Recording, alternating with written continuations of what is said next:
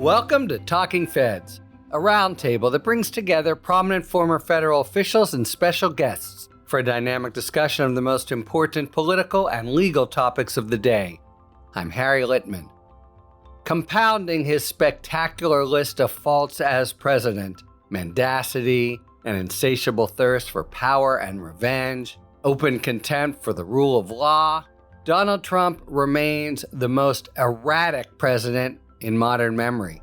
He governs by caprice, impulse, and an unwavering conviction that declaring victory is more important than achieving it. Last week, Trump appeared to shift course, perhaps in response to the broadly negative reviews of his first 100 days back on the political stage. He sat down for interviews with members of the legacy media he routinely demonizes, this after years of trashing them as corrupt and dishonest. On Meet the Press, Trump played coy about the prospect of a third term in 2028 and, in a rare nod to reality, acknowledged the country's economic pain, though predictably he pinned it all on Biden. Trump backpedaled and sidestepped on his blanket tariff policy, but with little to show for it. He touted a vague plan with Great Britain, so hazy as to be almost without substance. Meanwhile, he prepared for a new round of tariff negotiations with China, a country that, so far, has met his bluster with stony indifference. Plus, Canadian Prime Minister Mark Carney suavely chopped him down to size in an Oval Office meeting. And Trump had to accept defeat in the confirmation battle over Ed Martin, which effectively died when a Republican senator on the Judiciary Committee broke ranks. Martin was a disaster of a candidate, but then again, so were Kash Patel, RFK Jr., Pete Hegseth, and Gabby Hubbard, and Trump fought noticeably harder for each of them. Yet, even as Martin's defeat was sinking in, Trump wasted no time installing Jeanine Pirro as interim U.S. Attorney in D.C. Pirro's a Fox News personality turned MAGA foot soldier who spent 2020 amplifying Trump's most flagrant election lies on live television. The core underlying problem with Martin, unflinching loyalty to Trump's political fortunes over fidelity to the Constitution and the rule of law, remains. To consider whether Trump is tapping the brakes on his authoritarian agenda or just zigging and zagging in his typical erratic fashion, we welcome three of the most thoughtful observers of the political scene. And they are Michael Scherer, a staff writer at The Atlantic. Michael previously worked as a national political reporter for The Washington Post and the Washington bureau chief of Time magazine, and he was the Washington correspondent for Salon. I say this more and more rarely, and it's a real pleasure. It is his first time on Talking Fed. So, Michael, welcome and thanks for being here. Yeah, thanks for having me. Joining you are two stalwarts, I'm also happy to say. Charlie Sykes, a founder and former editor-at-large of The Bulwark, an MSNBC contributor and the author of 9 books, most recently, How the Right Lost Its Mind. His Substack newsletter, to the contrary, one of the few I always listen to and really recommend. Welcome, Charlie Sykes. Thank you, Harry. And Ali Vitali. Ali Vitali is the new host, God bless her, of MSNBC's Way Too Early, airing weekdays at 5 a.m. Eastern. Previously, Ali covered Capitol Hill for NBC News for nearly a decade. Her first book is Electable: Why America Hasn't Put a Woman in the White House Yet. Welcome, as always, Ali Vitali. Thank you. Can assure it won't be one of 9 books. Gotcha. Exactly. I could read a book, maybe. All right. So I'd like to start with Trump's own words and what seems to me like a flurry of recent interviews. Let's just start with the fact of them. Among other things, he granted Michael and colleagues a pretty long sit down in the Oval Office. That was not long after calling editor Jeff Goldberg, who was there, a sleazebag and a highly discredited so-called journalist. And he had the interview on Meet the Press. I just want to ask generally, do you guys detect some kind of considered media strategy? I think it's been consistent from the start of the term. He's tried to be on our screens and in our ears as much as possible every day. I mean, the average weekday now, he is talking to the press an hour or more at 2 or 3 different times, taking dozens of questions. I mean, the reason we saw this wave of big interviews recently, including the one we did, The Atlantic, was the 100-day mark. And there's a lot of stories we write at that point. He wanted to be able to sort of put his fingerprints all over all of those stories, all of those broadcasts. And that's why he did. I think the contrast from his predecessors is rather stark, but it's really, I think, unprecedented in the modern age that a president would want to be on the record that much, taking any question. I mean, at some point, there's diminishing returns. He sort of has stock answers and dodges for almost everything we want to ask about, but it's his strategy. He wants to be out there. He wants us to know what he's doing. It's not entirely shocking, right? I mean, he's always believed himself to be his best messenger. And so the fact that his administration is under fire, most of which it's caused for itself, right? Like there are a lot of questions being asked on tariffs. The courts are bearing down on most of their immigration efforts. He's trying to get his major agenda passed through Congress. That's actually, to me, someone who always looks through the congressional lens, the thing he's talking the least about, but could be the most legacy making if he were able to actually help Republicans get it through. And the reason that I'm saying if is because they're trying to jam just so many pieces of legislation and policy into this thing that inevitably stuff is going to fall out. The big, beautiful bill we're talking about. Yeah, one big, beautiful bill is kind of looking like one big, beautiful mess right now. And look, They might get it over the finish line, but it's shocking to me that in all of the press that he's doing, he is focusing everywhere but there. And that seems like a quizzical thing to me. He'll turn to it at some point. But that is the missed opportunity to me, because instead he's drawing attention to all of the stuff that's sticky and thorny and kind of not necessarily going great for his administration, when really he could be looking at the one thing that they could be selling as a slam dunk all across the board, and they're not. Well, I mean, Donald Trump is the executive producer of his presidency, right? I mean, it's all performative. He's not really that interested in the substance of governing, but he has this almost limitless need to be in the spotlight constantly, to win every single news cycle. It's like in Donald Trump's world, it's television sweeps week every single day. And so if you understand him that way, it's not a surprise. It is the Trump show, and he wants everything to be the Trump show.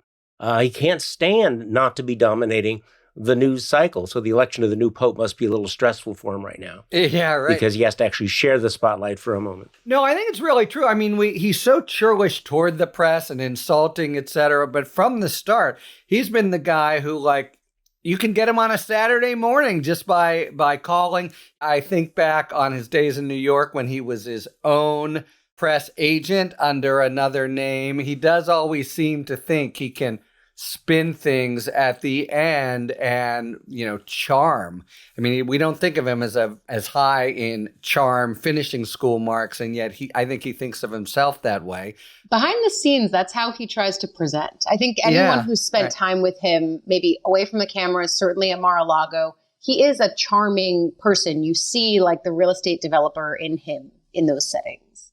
Let's go to the Meet the Press interview. He's making headlines and everything but things he could actually accomplish. And he's got a pretty barren record of actual accomplishments in these first 100 days. But he says the news he makes is he says he's not looking to run for a third term. Now, this is, of course, right after his team has begun to sell Trump 2028 hats. And he has said in his typical way, so many people out there are wanting me to do it. Is this his way of actually trying to build a popular groundswell for a third term? I mean, he's been pretty consistent from the start of this presidency. If you remember on election night last year in 2024, he said, we've had our last rally. This was our last campaign. Yeah. What he does like is the discussion. So he likes the idea that there is a groundswell for him, and he's perfectly happy to have Steve Bannon going on TV or on his podcast, weekly and saying we're researching innovative ways to make what is clearly illegal legal. So he's not against the conversation, but he also, I think, it is, as Carolyn Levitt has said, basically a troll at this point. And the hats being sold by Eric Trump and the Trump Organization are that. Now, Does that mean that he's not willing to break significant precedent or push the law in ways that are dangerous for democracy like he did in 2020? Yeah, he can still do that. But I don't think that this is not a person laying the table for a third term right now. I'm going to be a little bit of the outlier in being skeptical about taking Donald Trump at his word on anything, because at some point, and whether it's going to be in 2026 or whatever, he's going to have to make the decision, right? Whether or not he's going to declare that he's a lame duck. And there's something about Donald Trump's makeup that is going to make that very, very difficult for him to say, okay, not only am I not running, not only am I ceding power, but I am making myself less relevant. I am moving the spotlight from myself to somebody else. So whatever he's thinking right now, and I don't disagree with Michael that he's probably not planning on it. On the other hand, who could stop him if he wanted to? I mean, this is the big question, I think, running through a lot of these things. Whatever the issue is, who can stop him? And he, I think, at this point is thinking, well, there might be that constitutional problem. Maybe the Supreme Court is going to block me. That's still kind of a big deal. But on the other hand, does anybody think that the Republican Party would not hand him the nomination if he asked for it? Who would step up to challenge him and run against him? So I'm trying to imagine that moment where Donald Trump sits in the Oval Office and goes, JD or Marco, it's your turn. You're the guy now. But, think back to the Veep stakes, because I actually thought that this most recent round of picking a VP was the most instructive for what it would look like to pass a MAGA torch, which is to say, you don't. Because he was so clear behind the scenes, and sources at the time were so clear that this is not him picking an heir apparent. This is just him picking a number 2 to run with right now. And in large part, the reason for making sure that that was clearly disseminated was because inevitably whoever the number 2 is for this term is going to have a head start on the rest of the field. That's politics 101. But Trump has not blessed J.D. Vance as the only heir apparent. You even heard it in his interview on NBC. He's listing the names of other people. And we know that, yes, it's the reality TV show aspect of it. It is the literal apprentice. But at the same time, it's the relevancy play, and it's anything to bolster his power as a kingmaker within the party. He's done so much to preserve that ability. He's definitely not going to stop now. I mean, the idea of having the presidential bully pulpit to him is the pinnacle, and you don't just give that up. I think he's going to be working that muscle until the very last day of the presidency, though I do tend to agree with Michael that I think he just wants the relevancy. I don't know that he wants the next term of a presidency, which is, again, very good, because even though we're sitting here entertaining this, it is not allowed. For good reason. It's not just the law, but kind of the tradition of the United States. But I think this is a really trenchant point. Even in the last 4 years under Biden, he was working that muscle as best he could to be the kingmaker within the party. And I just want to underscore Michael's point about the difference between wanting a conversation and actually wanting the goal, because it's elementary that a lame duck president recedes in power. That's anathema to him. And just being able to, really put his foot down whenever and wherever he wants to, it helps him to have that prospect still in play. So I think for that reason, whatever his intentions are, he may very much want to project at that as an open question. I think it's pretty clear that both the interview with The Atlantic and Meet the Press reveals his understanding that, man, he's taken a real hit. And if you had to pin one issue, I think it would probably be the tariffs. And so his rhetorical stance here, this is literally how he puts it. The good parts of the economy, oh, that's me. The bad parts of the economy, oh, that's Biden. I'll leave it, whatever it is, good, me, bad, Biden. So same. Anything good is me. Anything bad is Joe Biden. Right. It was going to be the economy was better after 24 hours. It's really hitting home. You have members of Congress getting skittish. Do you see an indication that this crass kind of blame game is actually getting purchase with the American public? The thing that will decide that is not what he says or how people digest his latest interview. What's going to decide that is the economy. And we're coming out of a quarter where the economy shrunk, and the definition of a recession is 2 quarters in a row, usually, that causes a recession. And there's a lot of people predicting we're going to have another shrinking economy going forward. We're a long way from, if you want to chart the peak of you call it hubris or spirit, the animal spirits of the Trump's second term, it would probably be the day before he announced those tariffs, when he was believing this was American Freedom Day, everything's going to be great. I have this beautiful chart. There's all these big numbers on it. He was fulfilling the dream he had in the 1980s when he used to talk about how America was getting ripped off by Japan and trade deficits were actually the evidence of that robbery. And he quickly realized, and his staff quickly instructed him, that vision was not exactly the way the world works. And he's had to retreat from that. And now he's in this difficult position where he's trying to cut trade deals very quickly. I think foreign countries now see they have leverage here because he's got to cut the trade deals. The way he talks about it is he says, I control the store that everyone wants to buy and I set the prices in the store. That vision of him having leverage seems to be diminishing as we get closer and closer to the 90-day mark. And the reality is, if Democrats can say, going into the midterm elections next year, Donald Trump created the recession you're just now getting out of, Democrats are going to do much better. And he knows that. You think he realizes that? It's interesting. So in the interview we had with The Atlantic, and he's done versions of this in other interviews, I asked him, is there a Trump put on the market? Basically, that there's a point by which either the bond prices or the market, the equities market itself won't fall below. And he says, no, there is no Trump put. I don't pay attention to markets. But I think the reality is that's a negotiating position he has. The reality is, like, the political future of his presidency, of his party, depends on him being able to deliver results to the American people by the spring of next year. He's got basically a year. And if the economy continues to shrink, he's not going to be able to do that. I have two thoughts on this. The first is when we're considering the 100 Days media tour, part of me really expected him to go back on Joe Rogan and speak to that really essential part of his base.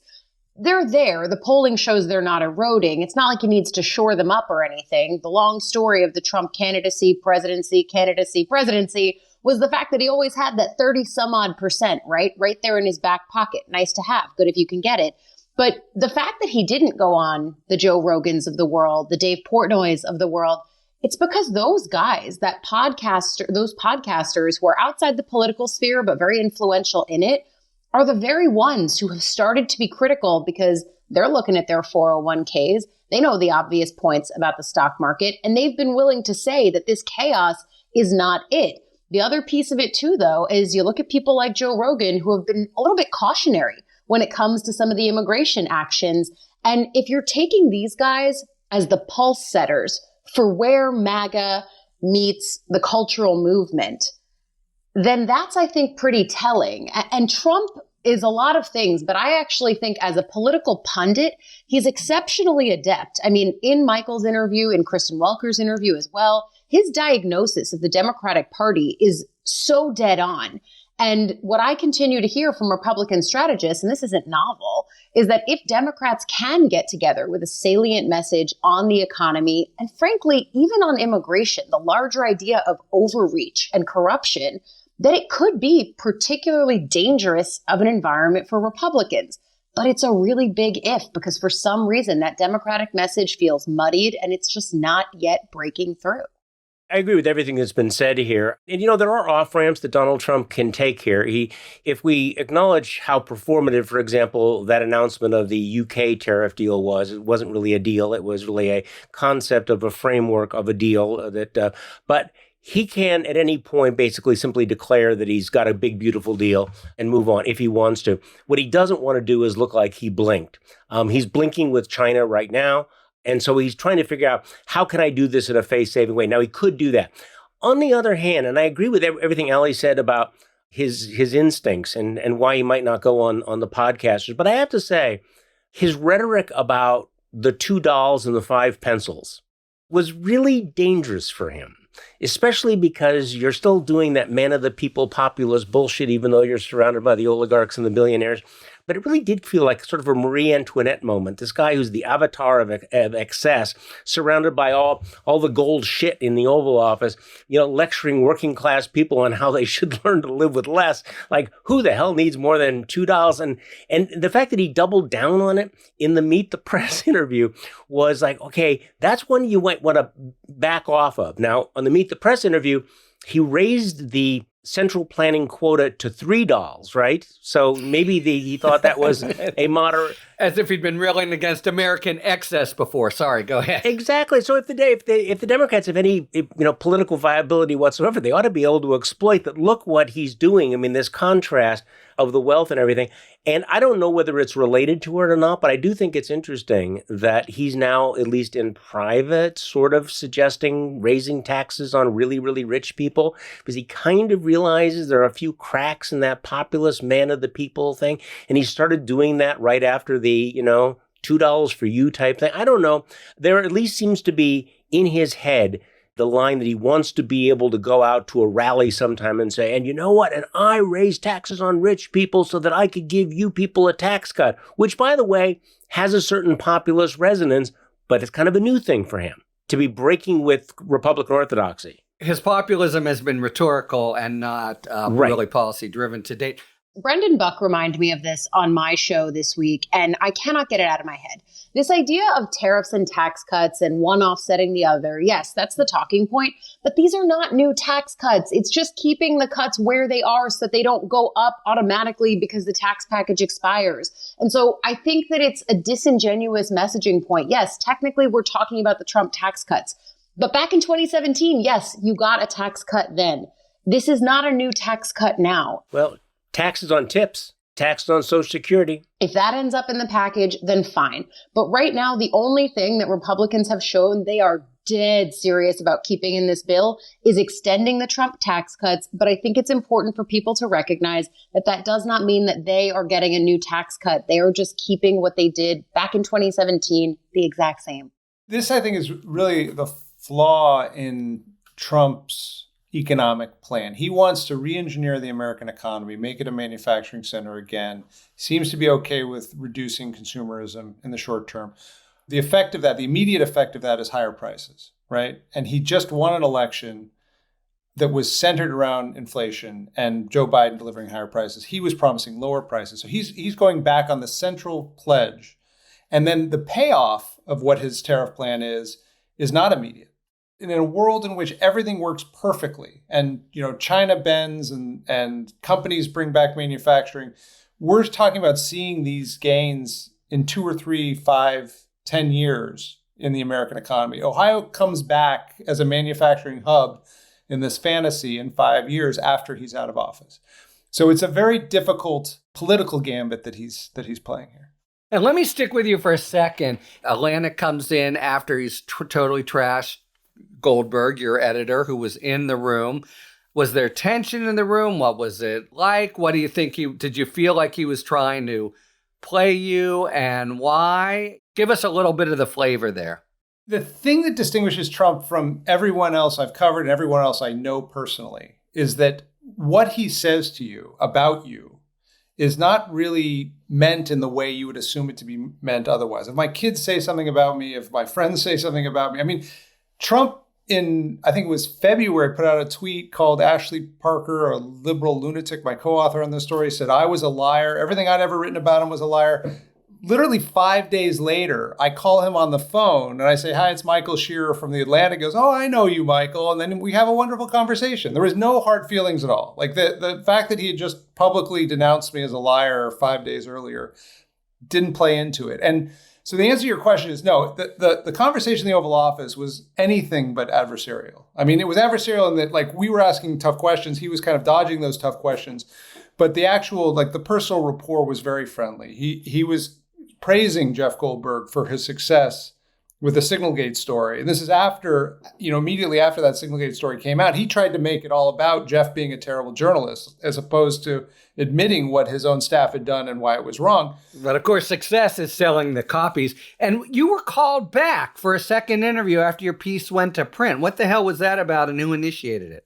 So it's a little complicated. I'll give you the quick version of this. We initially planned an interview with him. We proposed it to him. He agreed through staff. The week it was supposed to happen, he puts out a Truth Social attacking us all personally, saying, I'm never talking to The Atlantic. It's a terrible failing publication. I call him that Saturday. We have a lovely interview. He says to me at the end of the interview, if you write a good story, I'll talk to you again. So it's all transactional. He's like trying to get me to write something positive about him. 3 weeks later, we call him back. We're closing the story. Leave a message. I get a call back at 1:30 in the morning, 1:28 a.m. I was sleeping. My phone doesn't ring, but I see it on my phone the next day. He was just coming out of a mixed martial arts fight in Miami, getting into the motorcade. He calls me. I asked him in the Oval whether he intentionally called me. He said, no, that sounds like another signal. So I don't think it was an intentional call. But then a few days later, we basically are settled with the story. A few days later, we get a call from his staff after I'd gone back to them and said, look, he called me over the weekend. Let's do the interview. They say no again. We get a call saying, no, he changed his mind. He wants you in. And bring Jeffrey Goldberg. And I think the reason at that point was he knew the story was coming. We had described what was in the story. We'd gone back and fact-checked a bunch of stuff in the story with his staff. So they had a sense of what the story was. And I think at that point he thought, well, why not put my print on it? I can do more. Talking, he generally likes to talk. He thinks the more his voice is in a story, as we've discussed, better off he is. And I think he saw that as an opportunity. The other thing he did with that, which is very Trumpian, is he called us back in the Oval. We didn't tell anybody we were going into the Oval for that interview. But 3 or 4 hours before that interview happens, he puts out another True Social post saying he's about to meet with us as a test to himself and honestly, a promotion of our coming story. But it was, again, a way for him to claim that this was a story that he had engineered that was about him, which wasn't exactly the reality of it. And it was hardly a puff piece. Okay, let's move to the tariffs. And Charlie, if I can start with you, because you've written about them, but let's just cut to the chase that we're moving into the first round of trade talks with China. But since we've slapped these massive tariffs on Chinese goods, Trump is saying, oh, we don't have to do a deal. And Secretary Bessent is saying, oh, there may not be a deal. Kind of a crazy thing to say going into negotiations. What kind of leverage does he think he has? And is this merely cosmetic? Because I agree. His MO is really to do a wholesale kind of assertion of power and then make a retail exception and claim victory. But it doesn't look like that's what's in the offing with China. How do you've thought and written about this? What's your take on what they're thinking going into this? Well, of course, a lot of it is opaque, and we don't know how it's going to play out. But I think what Trump has discovered is that he did not have as much leverage as he thought. He's had this pattern in the first 100 days of, when he pushes that other people bend. Chinese did not bend. So he got into this elaborate game of basically this game of chicken with the Chinese. This is the problem, that they have a higher capacity for pain than he does. They have a longer time frame than he does. And they were prepared to absorb this in a way that the American political world is not. So they've stared him down. And he was sitting by the phone, wondering, as President Xi called, is anybody messages? Anybody messaging for me? Are you sure? Is this actually working? And now they're having the talk. So I think that he's looking for a way out. I thought it was very, very interesting at the end of the week. Not only did he say, well, maybe the tariff should only be 80%, which he just throwing this shit up against the wall as opposed to 145%, but it's up to Bessent. It's up to Mr. B. No, Scott B. Get his name right. Yeah, right. It's up to Scott B, which is like, wait. You're the president. You have this unilateral power. You have been flexing your muscles on all this. And now suddenly you're kind of offloading this onto your Treasury Secretary. At the same time, you're going, okay, yeah, maybe I'm not going to go with my 145%. So that was a surprisingly wimpy look for the president going into all of this. But look, right now there's a sense of immediacy because you look on the West Coast of the United States and there's all these empty ships, there's all these empty ports. And so the effect of this, Michael was talking about, what will happen to the economy in the midterms. Well, the effect of this hasn't really been felt yet, but the effect is going to be felt very, very shortly because those ships, if they arrived empty. The ports are saying there's nobody here, nobody's delivering any goods. You're going to start to see not only price increases, but the empty shelves. That's something that Donald Trump does not want to see. So suddenly now, all the pressure is on him to find some way to declare victory because he always declares victory, but he's not going to be able to score much. So I don't know how it's going to play out. The Chinese are not making this easy for him. But I think you're going to see something moving one way or another shortly, simply because this is when it hits now, next few weeks. I just want to very quickly interject a DOJ point from my own little world, because just as he would say, oh, I don't know, ask Mr. B, he said the same thing. Am I supposed to comply with the Constitution? Not sure. You'll have to ask the lawyers, the guy who took the oath of office. That had a little bit of a seismic impact in my small world. Well, okay, so everyone agree, basically, he can't make a deal. He knows he can't make a deal, and it's all cosmetic? I agree with Charlie, as I so often do. I think the up to Scott B part didn't just make me feel like I was reading chyrons on The Bachelor. It was that, to me, I thought that the Scott B line did two things. First, it signaled to Wall Street what they've long wanted, which is one of their own guys in charge of these negotiations to potentially quell the chaos waters a little bit. It's not doing a lot because the action supersedes the feeling of knowing that your bud is in charge. But at the same time, I think it serves that function.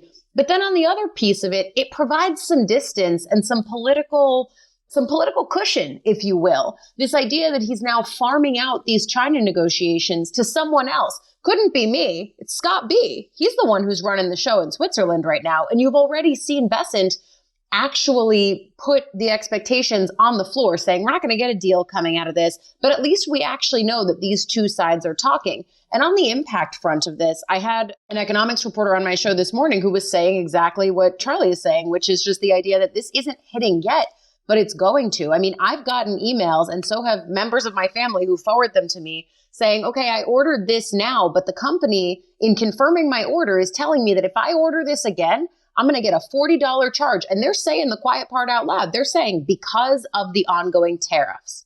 I think what the key thing to remember here is what Charlie said earlier, which is that Trump can declare victory over anything. You know, in his mind, he can win this battle even if we go back to just 10% tariffs across the board. And remember, Biden kept Trump's China tariffs from the first term. There are tariffs that are, I mean, you can debate the policy, but that are politically acceptable. There are tariffs he could put in place that would stay in place through the next presidency, depending on what levels they are. And if they're more than what were there when he got there, and if he has some agreement on fentanyl, and if he has some agreement on the border with Mexico, and I mean, there's all these different ways he's played it so that his ability to define down victory is sort of his safety hatch here. I'd like to keep sort of doing a little hopscotch in the world on just this angle. We don't have to become immediate experts on world economy, but I want to talk briefly about the UK and Canada. So you made this point, Charlie, you know, supposedly, is there even a deal on the table? And this is with a pretty vital erstwhile ally. Is this all lip service, and pretty flabby lip service at that? Well, first of all, you know, Trump was describing it as what a big deal it was. And I was on Stephanie Rule's show, and she did a little montage of the number of times he said, this is big, this is big, this is big, this is big. Here's the thing, it's not that big. The UK is like our 11th largest trading partner. It's a very small portion of it. We still have the 10% tariffs on it. The analysts who had been watching it said this will have a very, a minimal impact. Here's another thing where, we're talking about how he can declare victory on everything. Have you noticed that he's also changing the definition of what it means to have a deal? Yes. Didn't he say something along the lines of, I'm trying to parse it out, where he says, we don't need both sides to agree to it. I can just simply say this is the way it's going to be. And, well, wait, the art of the deal is like you make a deal with another party, right? So he is reserving to himself the ability to say that he has deals with these countries when the other countries may not even be picking up the phone. So this is interesting. And in Donald Trump's world, he honestly thinks that, he can bend that reality to his will. But there is the reality factor, and the reality factor is sitting out, on the West Coast of whether or not people are going to get their stuff and everything.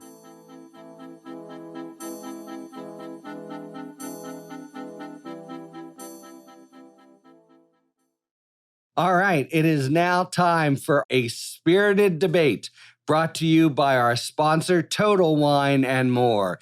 Each episode, you'll be hearing an expert talk about the pros and cons of a particular issue in the world of wine, spirit, and beverages.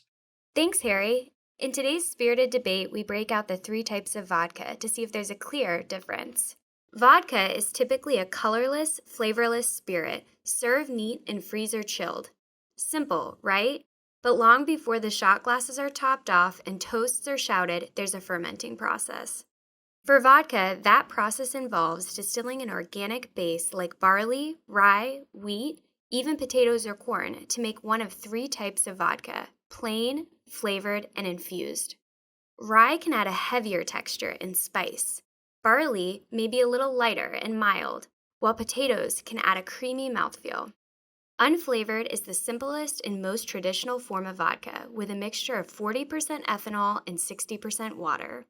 Flavored vodka has recently become extremely popular, adding flavors that range from fruit to dessert-inspired options like chocolate. A charcoal-filtered vodka provides a smoother taste, perfect for creating a chocolate martini that tastes as great as it sounds. Lastly, there's infused vodka, also known as botanical vodka, where the distillers infuse the vodka by adding ingredients like herbs, flowers, spices, and fruit, which are steamed into the spirit during the distillation process. It's an excellent choice to dial your drink in any flavor direction you want. The best part of them all is that you don't have to travel the world to find the greatest vodkas. Your local Total Wine & More has a large selection of every type and flavor, so all you have to do is clear out a little extra room in your freezer. So find what you love and love what you find, only at Total Wine & More. Cheers! Thanks to our friends at Total Wine & More for today's A Spirited Debate. Okay, let's talk a little bit meeting with Carney of Canada. It's interesting to me how much already the world political sphere is reacting to Trump, and arguably his victory was quite related to the sort of horror that the Canadians have to the Trump regime. But what did you make of that Oval Office meeting? To me, in a very kind of, decorous, almost British way, he totally schooled Trump, and Trump didn't know it. And in particular, as if he were instructing a third grader, there's some places that just aren't for sale, Mr. President, et cetera. I think the key was that line, basically coming up with a metaphor for Canadian-U.S. relations that is anchored in real estate. The real estate master could never disagree with, and then getting Trump to agree to the idea that, you can't sell. I'm like, no one can buy Mar-a-Lago for me right now. It's not for sale. Carney immediately went out and started repeating that in subsequent interviews to sort of make that point. I think those situations are interesting because I do think foreign leaders in adversarial situations do have some leverage there, in that Trump is a pugilist from a distance, but is less of a pugilist, likes to be less of a pugilist in close quarters. And it was interesting how the Zelensky meeting with the Ukrainian president so disastrously fell apart. If you watch that meeting, the first 35 minutes, Trump is trying to keep it going in a friendly way, and eventually loses his cool and is just furious at Zelensky.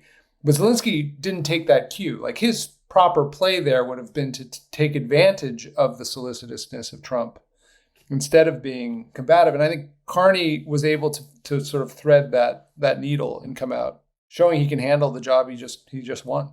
Just a very quick dissent on Zelensky. I think he saw what was coming. It was going to be coming to the security guarantees. He's a very smart guy, and he wasn't going to give too much. I thought he was strategic and played it as he had to, but I understand the general point of taking what you have, which he's done since that meeting. I don't disagree that Zelensky needed to push back. The issue was, did he gain from the public fight there in the Oval Office? And I think he lost from the public fight. I think if he had figured out how to communicate that message in a way that did not make it such a personal sniping contest, he would have been in a better position coming out of that meeting. I think Vance was set up with a script, and that ambush was going to happen no matter what also. But we'll be talking about that meeting, including what he wore compared to what Bukele wore for, I think, many months or years. I thought that the Carney line where he, right to Donald Trump's face, told him, no, this is never going to happen. And he did it in such a way, basically saying, that you have to be, a complete demented crank to think that it would be so. But he said it in a nice Canadian way that did not trigger Donald Trump. But he made it very, very clear. But, the larger context is what Donald Trump has done to relations with countries like Canada and Australia, and the international fallout from this, which We have not fully gotten our heads around how deep it is, how lasting that's going to be, and whether it, not to get ahead of ourselves, whether it might have even affected the election of the new pope. Look, 100%. And it's just logical from their point of view. Even if everything changes in 2 years, it happened once. Shit, it happened twice. Who's going to bet their whole national future on it not happening again? Yeah. We're mixing the Quaaludes with the tequila. I mean, the thing that I keep thinking about with Canada is based on the limited conversations I had, first of all, the way that Carney handled that meeting resonated immensely back at home. Canadians are so determined to see themselves be stood up for on the world stage. They're getting punched in the face and they're like, hey, all I've ever done is try to be your friend here. So I get the mindset happening. At the same time, the thing that I keep coming back to is the idea that economic coercion was the method that Trump outlined at the very beginning of this term for how he was going to try to bring Canada to heel in becoming the 51st state. It's not a sale, it's like a foreclosure. And so the pressure campaign is the point right now. And that's the thing that I kept thinking of. The other piece on the tariffs, and this is the connection point, right, between the UK and Canada, is the UK was able to make their deal, non-deal, whatever it was.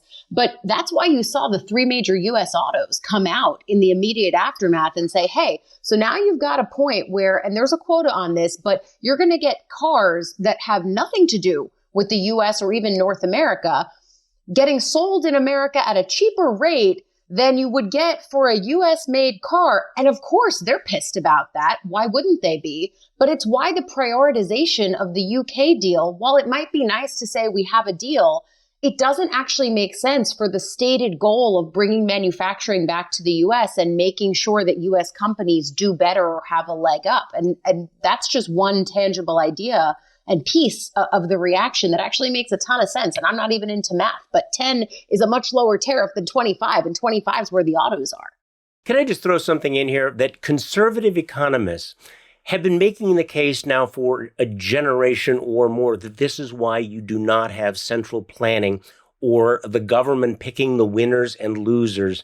This has been the fundamental conservative economic critique, that the marketplace is so complex that there's no way that you can pick at this thread and not pick at that thread. And there's Donald Trump, though, who feels that he can sit back and pull all of the strings like some sort of, a Soviet-style central planner.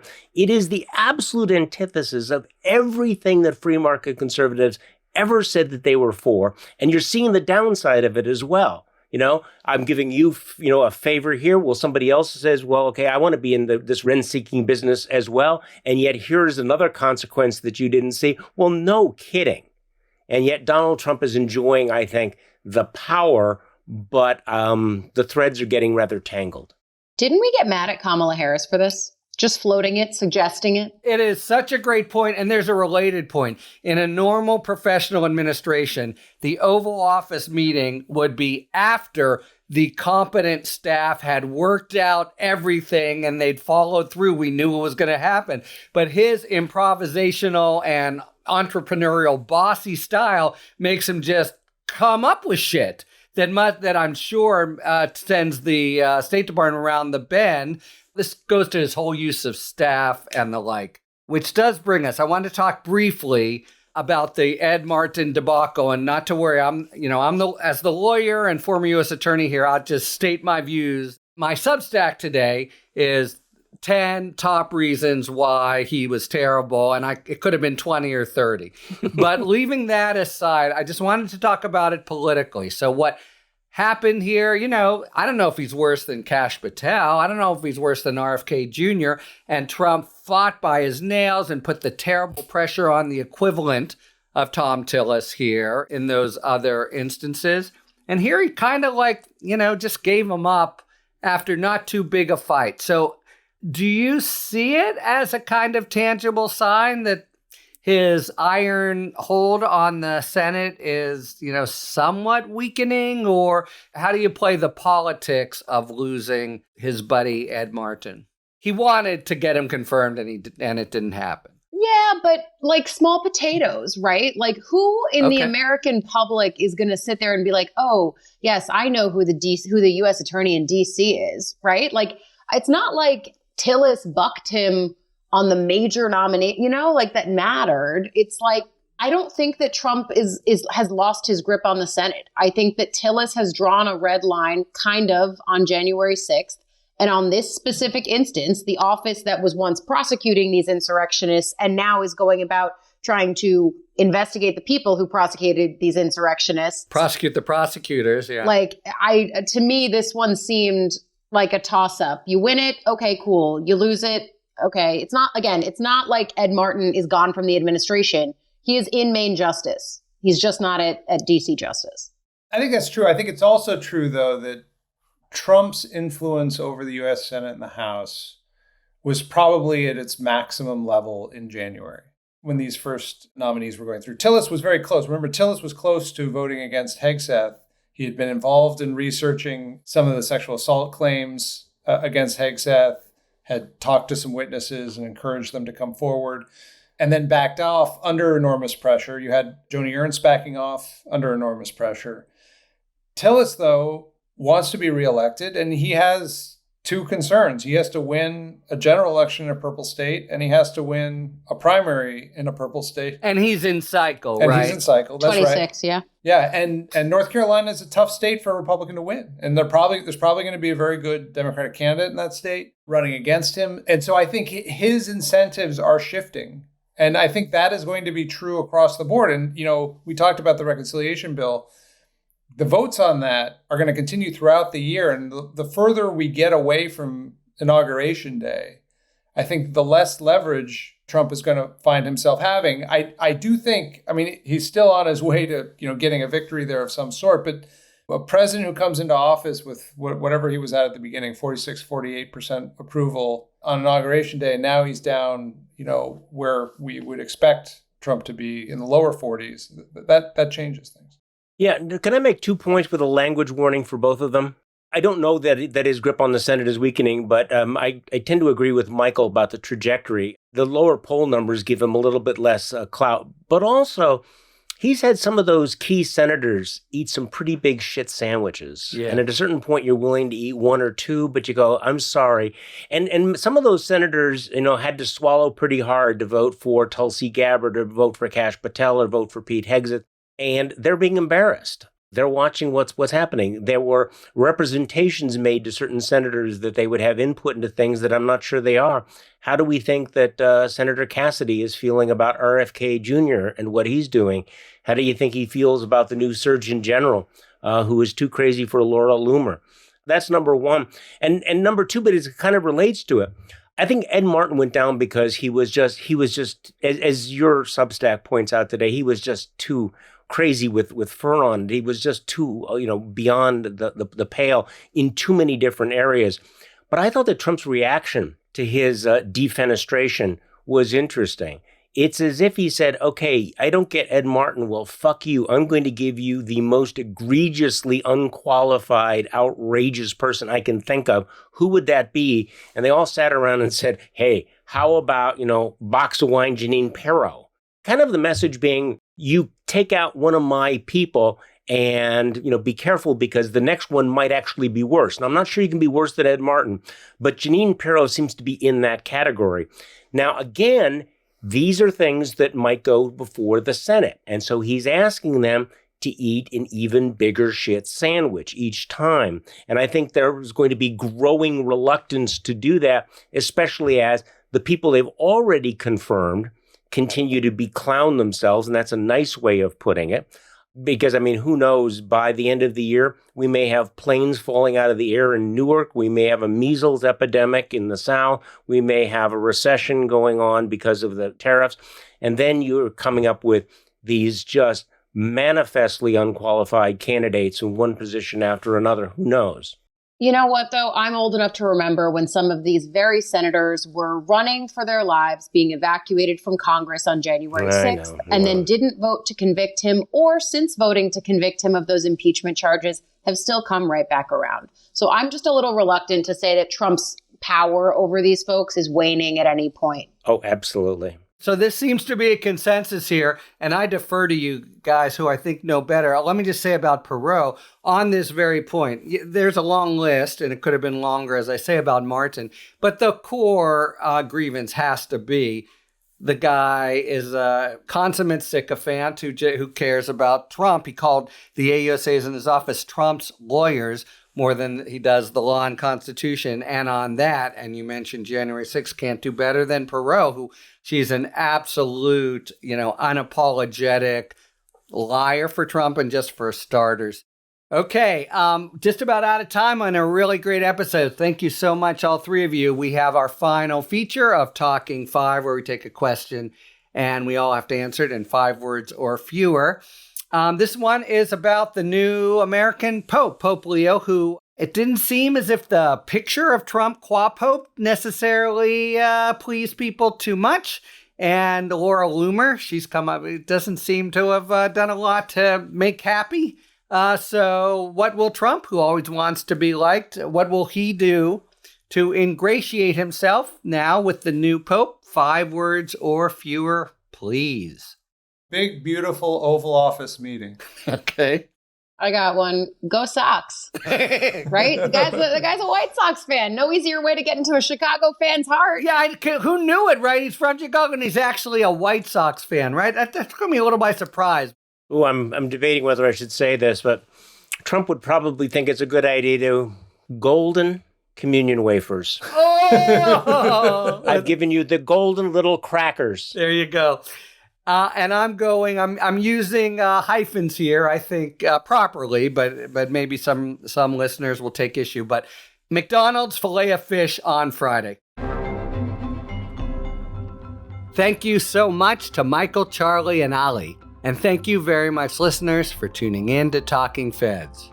If you like what you've heard, please tell a friend to subscribe to us on Apple Podcasts or wherever they get their podcasts. And please take a moment to rate and review this show. You can also subscribe to us on YouTube, where we are posting full episodes, talking books, and bonus video content. Check us out on Substack now, at Talking Fed Substack, where I am posting 2 or 3 bulletins a week, going live and sharing other exclusive content that breaks down the various threats to constitutional norms and the rule of law. You can follow us on Twitter at Talking Feds Pod. Talking Feds remains a completely independent production, so it's your support and nothing else that funds all of our franchises. We just couldn't do it without you. And as you may know, Talking Feds has now joined forces with The Contrarian. I'm a founding contributor to this new media venture, which is committed to reviving the diversity of opinion that feels increasingly rare in today's news landscape, where legacy media seems to be tacking toward Trump for business reasons rather than editorial ones. Rest assured, we are still the same scrappy independent podcast you've come to know and trust, but now linked up with an ambitious and vital project designed for this pivotal moment in our nation's legal and political discourses. Find out more at contrarian.substack.com. Thanks for tuning in, and don't worry, as long as you need answers, the Feds will keep talking. Talking Feds is produced by Catherine Devine. Our associate producer is Becca Havian. Sound engineering by Matt McCardle.